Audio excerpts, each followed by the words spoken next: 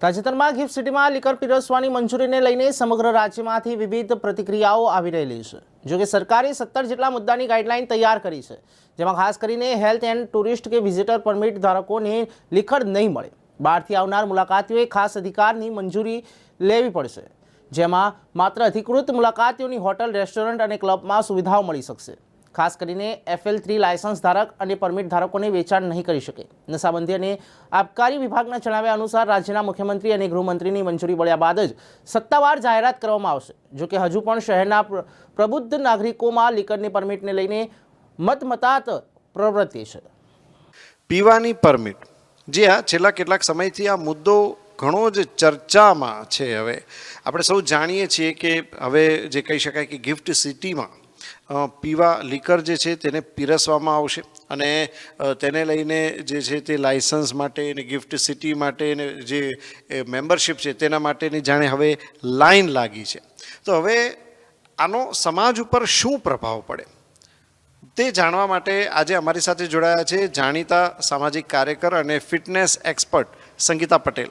તો આવો સંગીતા પાસેથી જાણીએ કે જે રીતે અત્યારે હાલ નિર્ણય લેવામાં આવ્યો છે, ખાસ કરીને આ ગિફ્ટ સિટી પૂરતો જ છે કે ભાઈ ત્યાં આ રીતે લીકર પીરસવામાં આવશે.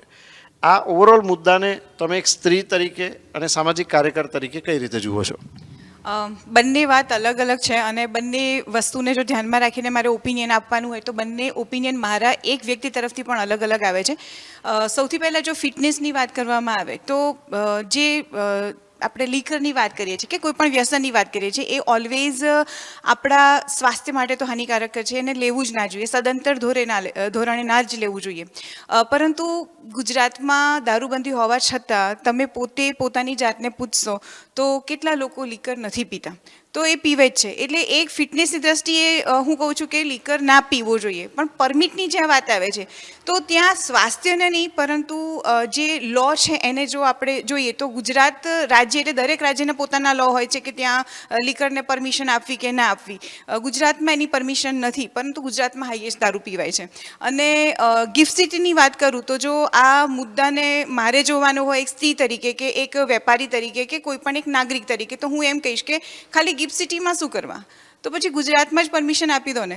કારણ કે જો પરમિશન આપી છે તો બધાને આપો, જો પરમિશન નથી આપી તો બધે ક્લોઝ રાખો. કારણ કે અત્યારે ગુજરાત સૌથી સેફ છે, કારણ કે ત્યાં લીકરની પરમિશન નથી. એટલે લોકો પીવે છે ઘણો બધો, પણ ઘરની ચાર દિવાલીમાં, એટલે રોડ ઉપર આવી નથી જતા.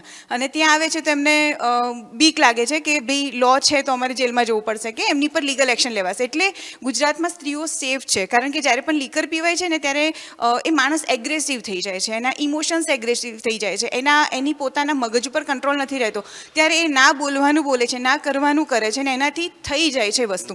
તો આ વસ્તુ ના થાય એના માટે લીકરની પરમિશન ના હોવી જોઈએ.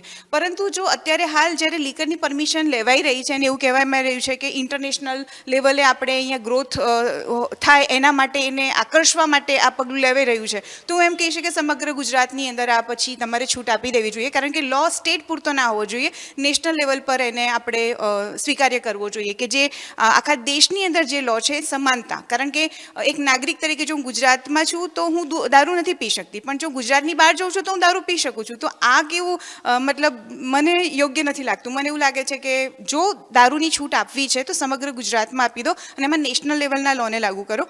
પરંતુ જો સ્ટેટ લેવલના લોની વાત કરો છો અને એ તમે લાગુ કરો છો અને માત્ર ગિફ્ટ સિટી પૂરતો મર્યાદિત રાખો છો, તો હું એમ કહું છું કે નહીં, એ એક ખોટી વસ્તુ છે, એવું ના કરવું જોઈએ.